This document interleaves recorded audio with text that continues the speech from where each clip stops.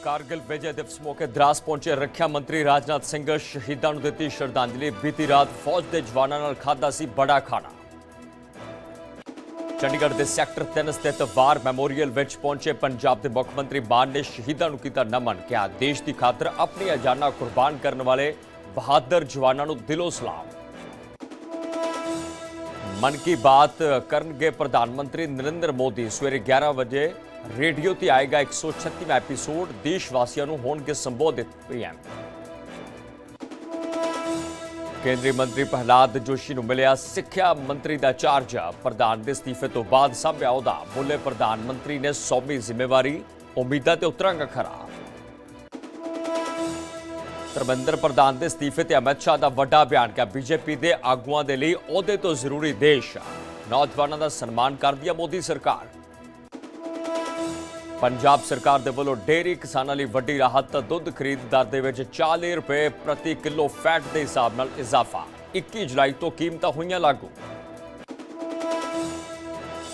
पंजाब दे विच 27 तो 31 जुलाई तक भारी मींह की पेशनगोई। मौसम विभाग ने अलर्ट किया जारी। हुमस तो मिलेगी निजात। नीट क्वालीफाई करने वाले सरकारी स्कूल के विद्यार्थियों को मिलणगे पंजाब के मुख्यमंत्री मान। जीरकपुर के विच सवेरे 11 बजे वधाउणगे विद्यार्थियों का हौसला। हेडलाइंस के प्रायोजक पतंजलि गाय का घी, मां का भरोसा, प्यार से परोसा।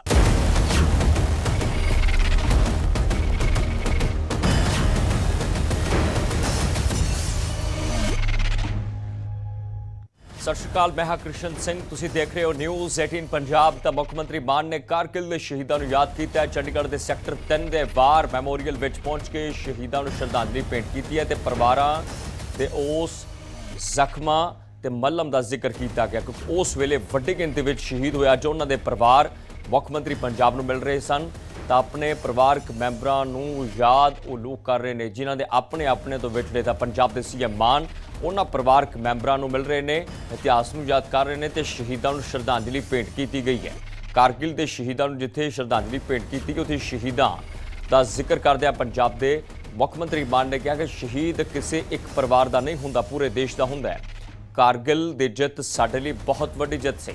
तो तस्वीरां तुसीं देख रहे हो कि तमाम फौजी जवानों को पंजाब के मुख्यमंत्री मान मिल रहे हैं। बाकायदा वार मैमोरीयल विच पंजाब के सीएम मान पहुंचे तो कारगिल के शहीदों को याद किया गया। तो चंडीगढ़ के सैक्टर 3 के वार मैमोरीयल दे विच शरधा के फुल जिहड़े भेंट किए गए हैं। तो कारगिल के शहीदों के परिवारक मैंबर जिहड़े पंजाब के सीएम मान को मिल रहे हैं। तो मुख्यमंत्री ने कहा कि साडा कुर्बानियां भरिया इतिहास है।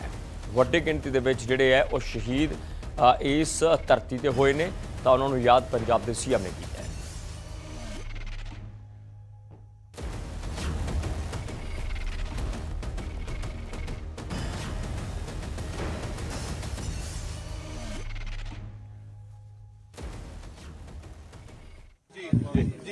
आज का दिन 26 जुलाई जो है कारगिल विजय दिवस के तौर पर मनाया जाता है।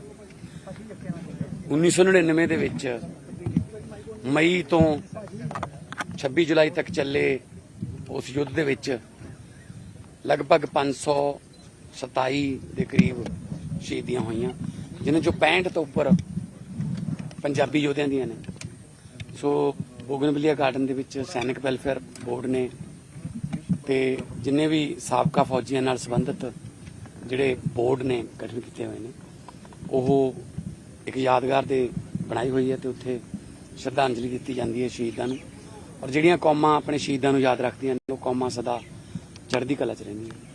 ਜਿਹੜੀਆਂ ਕੌਮਾਂ ਆਪਣਾ ਵਿਰਸਾ ਆਪਣਾ ਇਤਿਹਾਸ ਵਿਸਾਰ ਦਿੰਦੀਆਂ ਨੇ ਉਹ ਕੌਮਾਂ ਖਤਮ ਹੋ ਜਾਂਦੀਆਂ ਨੇ। ਸੋ ਸਾਡਾ ਕੁਰਬਾਨੀਆਂ ਦਾ ਇਤਿਹਾਸ ਜਿਹੜਾ ਬਹੁਤ ਵੱਡਾ ਹੈ। ਅੱਜ ਕਾਰਗਿਲ ਦੇ ਸ਼ਹੀਦਾਂ ਨੂੰ ਸ਼ਰਧਾਂਜਲੀ ਦਿੱਤੀ ਹੈ, ਉਹਨਾਂ ਦੇ ਪਰਿਵਾਰਾਂ ਨੂੰ ਮਿਲੇ ਆ ਤੇ ਸ਼ਹੀਦ ਜਿਹੜੇ ਨੇ ਉਹ ਕਿਸੇ ਇੱਕ ਪਰਿਵਾਰ ਦੇ ਨਹੀਂ ਹੁੰਦੇ, ਵੈਸੇ ਉਹ ਸਾਰੇ ਦੇਸ਼ ਦੇ ਸ਼ਹੀਦ ਹੋ ਜਾਂਦੇ ਨੇ। ਸਾਰਾ ਦੇਸ਼ ਹੀ ਉਹਨਾਂ ਦਾ ਪਰਿਵਾਰ ਬਣ ਜਾਂਦਾ। ਸੋ ਉਹਨਾਂ ਅਮਰ ਸ਼ਹੀਦਾਂ ਨੂੰ ਯਾਦ ਕਰਦੇ ਹਾਂ ਅੱਜ ਸ਼ਰਧਾਂਜਲੀ ਦਿੱਤੀ। ਮੈਂ ਹਰ ਸਾਲ ਲਗਭਗ ਇੱਥੇ ਆਉਣਾ ਤੇ ਬੜੀ ਵੱਡੀ ਜੰਗ ਲੱਗੀ ਸੀ, ਮੈਨੂੰ ਪਤਾ ਹੈ। ਮੈਂ ਉਦੋਂ ਪਟਿਆਲੇ ਰਹਿੰਦਾ ਹੁੰਦਾ ਸੀ, ਐਜ਼ ਐਨ ਆਰਟਿਸਟ ਮੈਂ ਵਿਚਰਦਾ ਸੀ ਤੇ ਅਸੀਂ ਇੱਕ ਜਿਹੜਾ ਸ਼ੋਅ ਕਰਕੇ ਜਿੰਨੀ ਵੀ ਕਲੈਕਸ਼ਨ ਹੋਈ ਸੀ ਉਹ ਫੌਜ ਨੂੰ ਦਿੱਤੀ ਸੀ। ਤੇ ਸੋ ਬਹੁਤ ਵੱਡੀ ਜਿੱਤ ਹੋਈ ਸੀ ਜਦੋਂ ਝੰਡਾ ਲਹਿਰਾਇਆ ਸੀ ਕਾਰਗਿਲ ਦੀ ਪਹਾੜੀ ਤੇ ਉਹ ਯਾਦਾਂ ਅੱਜ ਤਾਜ਼ਾ ਹੋ ਰਹੀਆਂ ਨੇ ਤੇ ਮੈਂ ਸ਼ਹੀਦਾਂ ਨੂੰ ਪ੍ਰਣਾਮ ਕਰਦਾ ਤੇ ਮੈਂ ਸ਼ਰਧਾਂਜਲੀ ਸੱਚੇ ਦਿਲੋਂ ਸ਼ਰਧਾਂਜਲੀ ਦਿੰਦਾ ਕਿਉਂਕਿ ਉਹਨਾਂ ਕਰਕੇ ਹੀ ਇਹ ਅਸੀਂ ਆਜ਼ਾਦੀ ਸਾਹ ਲੈ ਰਹੇ ਹਾਂ ਤੇ ਹਮੇਸ਼ਾ ਸਾਡੇ ਜਵਾਨ ਜਿਹੜੇ ਨੇ ਚਾਹੇ ਉਹ ਕਾਰਗਿਲ ਦੀ -50 ਡਿਗਰੀ ਦੀ ਠੰਡ ਹੋਵੇ ਚਾਹੇ ਜੈਸਲਮੇਰ ਦੇ ਟਿੱਬਿਆਂ 'ਚ +50 ਡਿਗਰੀ ਦੀ ਗਰਮੀ ਹੋਵੇ ਤੇ ਉਹ ਸਾਡੀ ਰੱਖਿਆ ਵਾਸਤੇ ਹਮੇਸ਼ਾ ਤਤਪਰ ਰਹਿੰਦੇ ਨੇ ਤਿਆਰ ਰਹਿੰਦੇ ਨੇ। ਤਾਂ ਦੇਸ਼ ਭਰ ਦੇ ਵਿੱਚ ਕਾਰਗਿਲ ਵਿਜੇ ਦਿਵਸ ਮਨਾਇਆ ਗਿਆ। ਲਦਾਖ ਦੇ ਦਰਾਸ ਵਿੱਚ ਰੱਖਿਆ ਮੰਤਰੀ ਰਾਜਨਾਥ ਸਿੰਘ ਪਹੁੰਚੇ ਨੇ। ਕਾਰਗਿਲ ਦੇ ਸ਼ਹੀਦਾਂ ਨੂੰ ਸ਼ਰਧਾਂਜਲੀ ਭੇਟ ਕੀਤੀ ਗਈ ਹੈ। ਬੀਤੀ ਰਾਤ ਭਾਰਤੀ ਫੌਜ ਦੇ ਜਵਾਨਾਂ ਨਾਲ ਰਾਜਨਾਥ ਸਿੰਘ ਨੇ ਬੜਾ ਖਾਣਾ ਵੀ ਖਾਧਾ। ਤੁਸੀਂ ਦੇਖ ਰਹੇ ਹੋ ਕਿ ਉਹਨਾਂ ਸ਼ਹੀਦ ਜਵਾਨਾਂ ਨੂੰ ਯਾਦ ਕੀਤਾ ਜਾ ਰਿਹਾ ਹੈ ਜਿਹੜੇ ਜਵਾਨ ਇਸ ਦੇਸ਼ ਲਈ ਲੜਦੇ ਸ਼ਹਾਦਤ ਦਾ ਜਾਮ ਪੀ ਗਏ। ਤਸਵੀਰਾਂ ਵੇਖੀਆਂ ਜਾ ਸਕਦੀਆਂ ਨੇ ਕਿ ਕਾਰਗਿਲ ਦੇ ਸ਼ਹੀਦ ਵੀਰ ਜਵਾਨਾਂ ਨੂੰ ਯਾਦ ਕਰਦੇ ਭਾਰਤ ਸਰਕਾਰ ਦੇ ਰੱਖਿਆ ਵਜ਼ੀਰ ਰਾਜਨਾਥ ਸਿੰਘ ਵੇਖੇ ਜਾ ਸਕਦੇ ਹੈ। तमाम ਫੌਜੀ ਦਸਤਿਆਂ ਦੇ ਵਿੱਚ ਉਹਨਾਂ ਨੇ ਮੁਲਾਕਾਤ ਜਿੱਥੇ तमाम ਫੌਜੀ ਜਵਾਨਾਂ ਨਾਲ ਕੀਤੀ। ਕਿਉਂਕਿ ਉਸ ਪੁਰਾਣੇ ਦੌਰ ਨੂੰ ਯਾਦ ਕੀਤਾ ਕਿਉਂਕਿ ਉਸ ਵੇਲੇ वाजपेयी सब की जी सरकार सी किवें मई तो जुलाई तक ऑपरेशन चलिया। पाकिस्तान ने अपनी सेना के घुसपैठियों के माध्यम से छल बल और धोखे का सहारा लेते हुए हमारी चोटियों पर कब्जा कर लिया था। ये वो चोटियां थीं जो सर्दियों में खाली रहती थी और दुश्मन ने उसी संधिकाल का फायदा उठाया। लेकिन दुश्मन हमारी सेना के शौर्य और संकल्प की ऊंचाई को भांपने में चूक गया। हमारे जवानों ने सिर्फ पहाड़ की ऊंचाइयों को ही नहीं बल्कि मानवीय सीमाओं की हर परिभाषा को भी पार करके दिखाया सारी दुनिया को। कारगिल युद्ध केवल भारत की सैन्य और कूटनीतिक विजय नहीं थी मित्रों, वह एक ऐसा क्षण था जब पूरी दुनिया ने भारतीय सैनिकों का अदम्य साहस देखा, उनका शौर्य देखा। कारगिल युद्ध के समय भारतीय जवानों की वीरता का ऐसा इतिहास रचा था जो हर भारतवासी के लिए गर्व का विषय है। भारतीय सैनिकों के अद्वितीय शौर्य के बारे में फॉर्मर कैबिनेट सेक्रेटरी और यूएसए में भारत के एम्बेसडर रहे नरेश चंद्रा जी से यूएस आर्म्ड फोर्सेस के एक जनरल ने कहा था कि यूनाइटेड स्टेट्स मैरिन्स भी शायद वह नहीं कर पाते जो भारत के जवानों ने कारगिल में करके दिखाया है। उस जनरल ने कहा था कि गोलियों के बौछार के बीच पहाड़ पर चढ़ते जाना, अपने सामने अपने साथियों को शहीद होते हुए देखना, फिर भी बिना रुके शिखर पर पहुंचकर दुश्मन से आमने सामने की लड़ाई लड़ना, ऐसा असाधारण शौर्य केवल भारतीय सैनिक ही दिखा सकता है।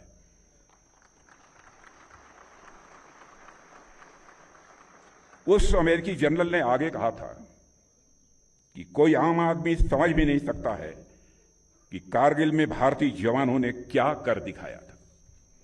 साथियों, आप जानते हैं 18,000 से 20,000 फीट की ऊंचाई, जहां तापमान रात को -40 डिग्री सेल्सियस तक गिर जाता है, जहां ऑक्सीजन की भारी कमी हो, जहां साधारण इंसान का जीवित रहना ही अपने आप में एक चुनौती है, और उसके ऊपर एक और चुनौती थी स्ट्रेटेजिक डिसएडवांटेज, यानी दुश्मन ऊपर और बंकरों में सुरक्षित बैठा हुआ था और हमारे जवानों को सीधी खड़ी चढ़ाई चढ़कर उनकी गोलियों की बौछार का सामना करते हुए नीचे से ऊपर की ओर उन्हें आक्रमण करना था। मिलिट्री साइंस की हर किताब में यह एक असंभव सा ऑपरेशन था, लेकिन हमारे जवानों के शौर्य के सामने हर किताबी ज्ञान छोटा पड़ गया। साथियों, और हमारी इस विजय का मूल्य हमारे 500 से अधिक वीर सपूत ने अपना अनमोल जीवन देकर चुकाया है। मुझे उनकी संख्या उस समय 546 है।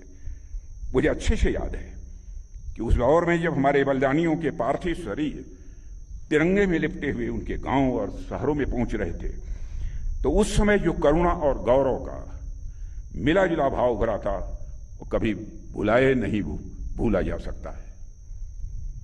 कोई नई नवेली दुल्हन थी जिसके हाथों की मेहंदी का रंग भी नहीं छूटा, लेकिन उसके माथे का सिंदूर धुल गया। कोई मां थी जो अपने लाल के लौटने की राह देखते देखते अपनी आंखों की ज्योति खो बैठी। किसी के बच्चे ने तो अपने पिता का चेहरा सिर्फ तस्वीरों में ही देखा था। उन बलिदानियों की उम्र 22 साल, 24 साल, 26 साल थी। उनकी पूरी जिंदगी उनके सामने पड़ी हुई थी। हजारों सपने आंखों में थे, लेकिन जब राष्ट्र ने पुकारा, उन्होंने बिना किसी हिचक के अपने सारे सपने, अपना पूरा भविष्य इस देश के हवाले कर दिया। उन्होंने व्यक्तिगत जीवन की उन सारी परेशानियों को दरकिनार करते हुए राष्ट्र के अस्तित्व को बचाने का पुरजोर प्रयास किया, क्योंकि उनके मन में यह भावना थी, तेरा वैभव अमर रहे मां, हम दिन चार रहे न रहे।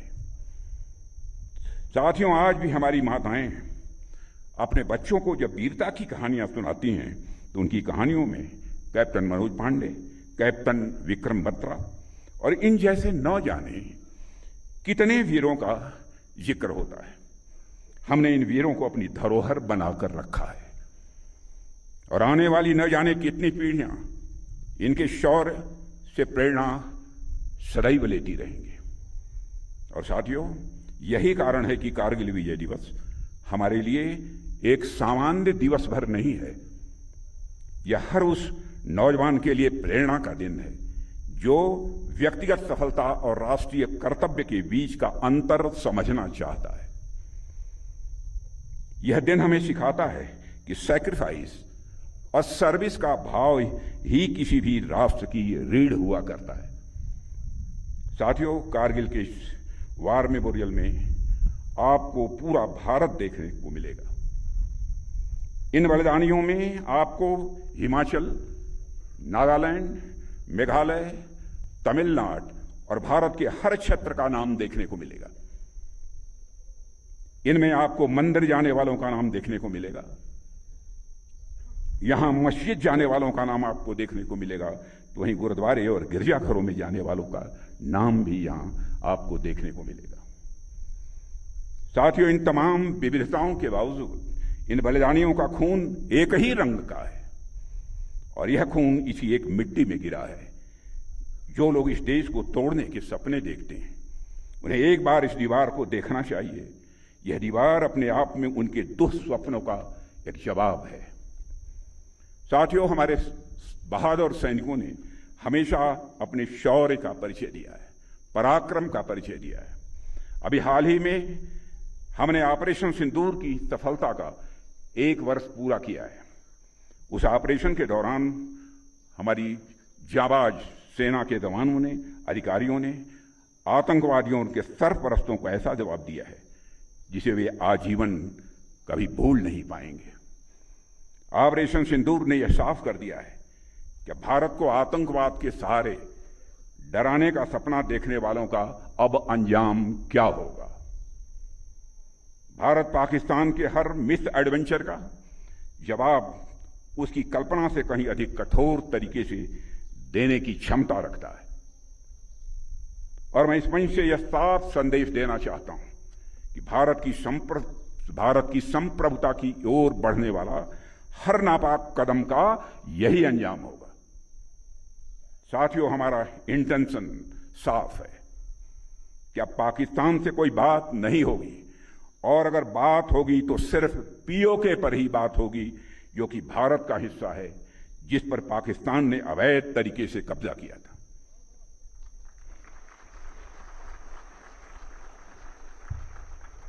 साथियों, पाकिस्तान ने इस समय आतंकवाद को अपनी सरकारी नीति का एक हिस्सा बना लिया है और वहां पर मिलिट्री और मिलिटेंट्स के बीच का फर्क पूरी तरह से समाप्त हो चुका है।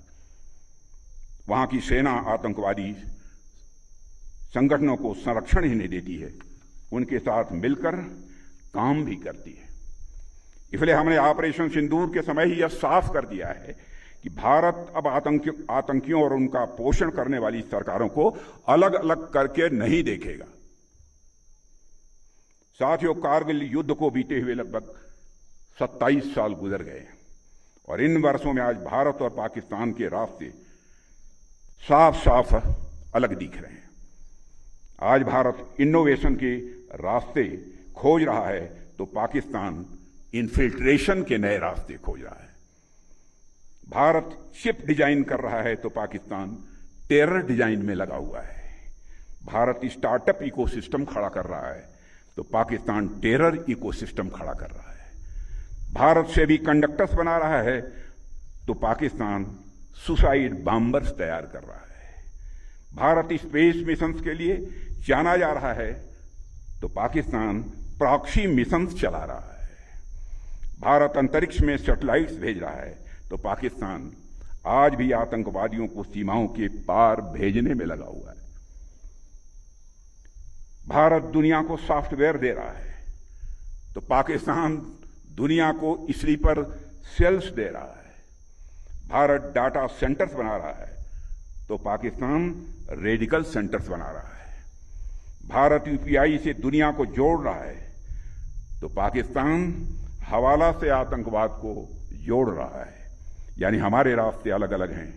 ऐसे में अगर पाकिस्तान अपने घटिया मंसूबे लेकर हमारी समृद्धि, हमारी प्रॉस्पेरिटी के रास्ते में रोड़ा लेकर आता है तो उसे करारा जवाब देने के लिए हमारी बहादुर सेनाएं बराबर तैयार बैठी हैं।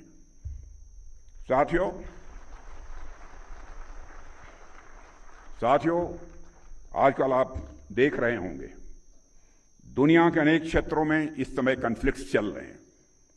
कई जगहों पर कई वर्षों से युद्ध चल रहा है। मिडिल ईस्ट और रशिया यूक्रेन में चल रहे कॉन्फ्लिक्ट भी वर्षों से चल रहे हैं।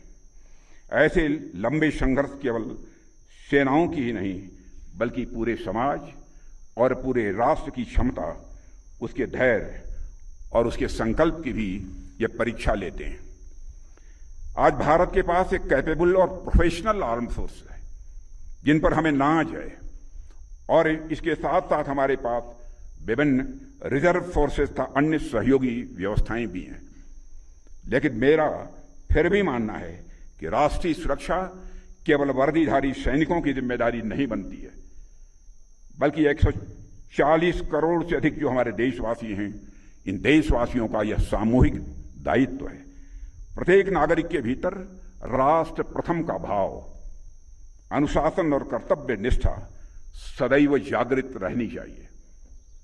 मैं नहीं कह रहा कि हर नागरिक को सैनिक बनाना है, लेकिन हर नागरिक में सैनिक जैसी चेतना अवश्य ही हमको जगानी है और यह होनी भी चाहिए। यदि कभी राष्ट्र ऐसी परिस्थिति का सामना करे जहां देश को अपने नागरिकों के प्रत्यक्ष या अप्रत्यक्ष सहयोग की आवश्यकता हो तो प्रत्येक भारतीय मानसिक रूप से, नैतिक रूप से और जरूरी ट्रेनिंग के साथ साथ राष्ट्र की रक्षा के लिए आगे आने को सदैव तैयार है। जिस तरह से हर सैनिक पहले एक भारतीय होता है, उसी तरह प्रत्येक भारतीय के भीतर भी एक सैनिक का साहस, एक सैनिक का अनुशासन और राष्ट्रभक्ति सदैव यह जीवित रहनी चाहिए। साथियों, अभी कुछ ही दिन पहले दिल्ली में नेशनल वार मेमोरियल से मैंने शौर्य विजय यात्रा को हरी झंडी दिखाई थी। वो राइडर्स अपने साथ नेशनल वार मेमोरियल की पवित्र मिट्टी का एक कलश लेकर आए और आज वही मिट्टी कारगिल वार मेमोरियल पर अर्पित हो रही है। मुझे लगा कि जब आप सभी राइडर्स इतनी लंबी बाइक रैली करके यहां कारगिल में आ सकते हैं तो मैं भला इस अवसर पर यहां कैसे न आता। आपकी यह बाइक रैली भी उसी एकता की भावना की प्रतीक है। आपकी बाइक रैली भी उसी एकता की भावना की प्रतीक है जिस भावना को हमारे सैनिक अपने अंदर धारण किए हुए होते हैं। साथियों, जैसा कि आप सब जानते हैं, हम जब 2047 तक विकसित भारत के निर्माण की ओर अग्रसर हैं, यह संकल्प सिर्फ इकोनॉमिक प्रॉस्पेरिटी का नहीं है बल्कि यह स्ट्रेटेजिक पावर, कल्चरल प्राइड और सोशल हार्मनी का भी एक संकल्प है। और यह संकल्प तभी सिद्ध होगा जब राष्ट्र निर्माण के हर क्षेत्र में हम सब कारगिल के शहीदों जैसी निष्ठा और कर्तव्य परायणता का परिचय देंगे। साथियों, हमारी सरकार हमारे प्रधानमंत्री श्री नरेंद्र मोदी जी के नेतृत्व में राष्ट्र की सुरक्षा को सर्वोच्च प्राथमिकता दे रही है। कारगिल युद्ध ने हमें सिखाया था कि हमें अपनी सीमाओं पर हर मौसम में, हर परिस्थिति में हमेशा सजग रहना होगा और इसलिए हमने न केवल अपनी सीमाओं पर बुनियादी ढांचे को ही मजबूत किया है, बल्कि अपनी सैन्य ताकत को भी समय के अनुसार जितना आधुनिकतम बना सकते थे बनाया है और इसे और आधुनिकतम बनाने का सिलसिला आगे भी ये जारी रहेगा। चाहे वह श्रद्धेय अटल बिहारी जी वाजपेयी के समय शुरू की गई स्ट्रेटेजिक रोड प्रोजेक्ट्स की बात हो या आज सीमाओं पर बन रहे टनल्स और ब्रिजेज की, हमने हर वो काम किया है जो हमारे जवानों की ऑपरेशनल इफिशिएंसी को वो बढ़ा रहा है। आज हम न केवल जमीन पर बल्कि स्पेस और साइबर डोमेन में भी उतने ही सक्षम हैं। आत्मनिर्भर भारत के तहत साथियों, हम रक्षा उत्पादन में आत्मनिर्भरता की ओर तेजी से आगे बढ़ रहे हैं। साथियों, चूंकि मैं कारगिल में हूं तो मुझे इसी संदर्भ में परमवीर चक्र विजेता लेफ्टिनेंट मनोज कुमार पांडे की पंक्तियां याद आ रही हैं। उन्होंने एक बार कहा था, अगर मौत मेरे पूरे कर्तव्य को पूरा करने से पहले आ गई तो मैं कसम खाता हूं कि मैं मौत को ही मार दूंगा। यह वाक्य अपने आप में यह दिखाता है कि हमारे सैनिक अपने कर्तव्य के सामने मौत को भी कुछ नहीं समझते। इसी तरह कैप्टन विक्रम बत्रा ने भी कहा था, तिरंगा लहरा कर आऊंगा या उसमें लिपट कर आऊंगा, पर आऊंगा जरूर आऊंगा। साथियों, लोग मुसीबतों से बचते हैं, परेशानियों से लोग भागते हैं, किसी भी खतरे से जल्द बाहर निकलना चाहते हैं, लेकिन कैप्टन विक्रम बत्रा ने एक चोटी पर कब्जा करने के बाद कहा था, ये दिल मांगे मोर, यानी रुक कर बैठ जाना हमारे जवानों की यह फितरत नहीं है। सारी दुनिया को यह समझ लेना चाहिए, हमारे पड़ोसी को भी समझ लेना चाहिए। और आज यही भावना हमारी रक्षा नीति में भी पूरी तरह से स्पष्ट रूप से दिखती है।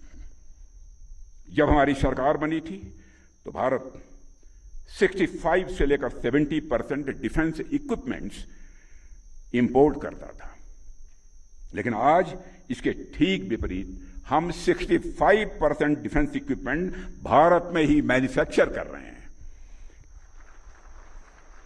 लेकिन साथियों, देश का रक्षा मंत्री होने के नाते मैं आप सबको आश्वस्त करना चाहता हूं और प्रधानमंत्री जी का जैसा हमारा संकल्प है उस आधार पर भी आश्वस्त करना चाहता हूं, लेकिन हम यहीं रुकेंगे नहीं।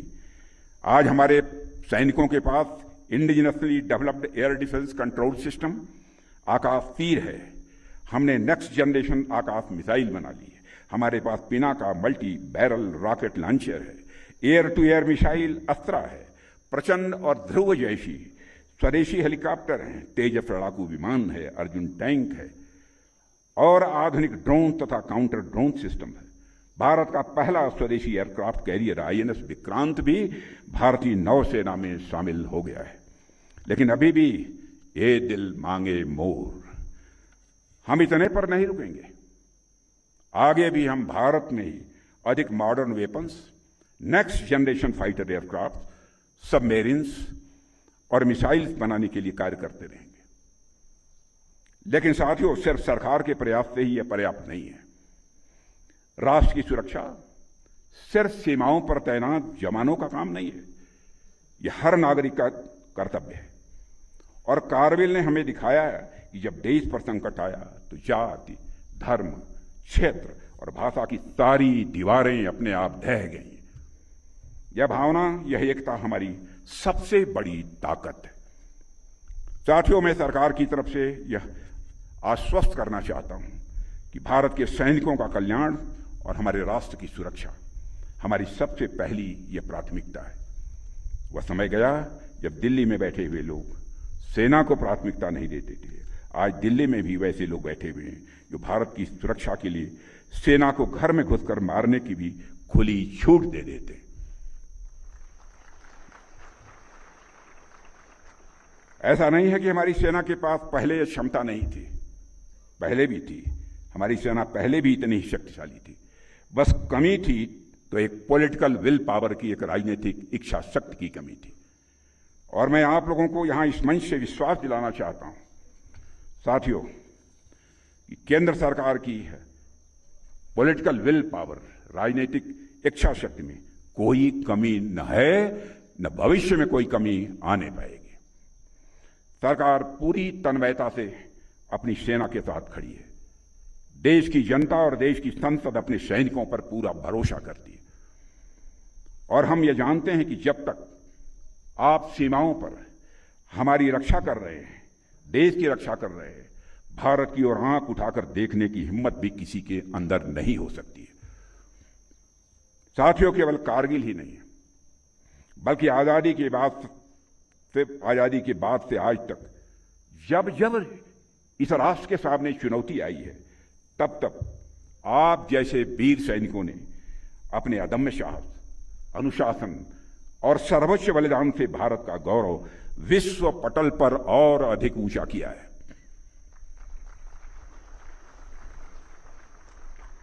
और मुझे पूरा विश्वास है कि आप सभी आगे भी इसी समर्पण, निष्ठा और पराक्रम के साथ मातृभूमि की सीमाओं की रक्षा करते रहेंगे। यह देश सदैव आपका ऋणी रहेगा।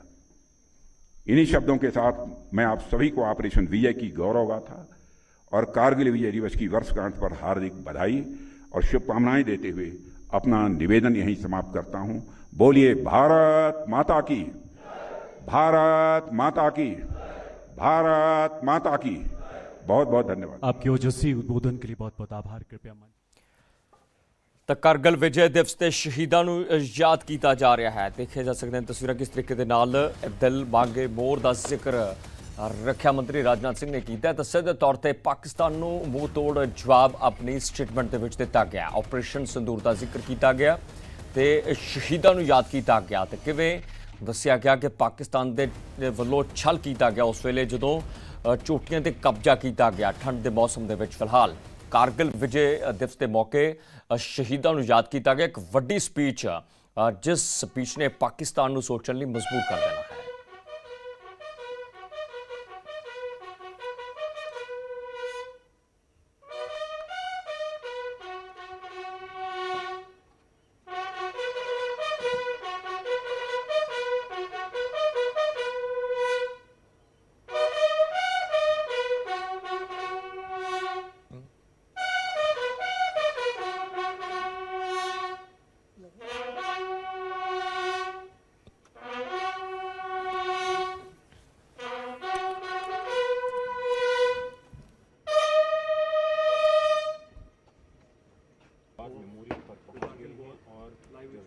live visuals coming on your screen of Rajnath Singh actually playing the beat.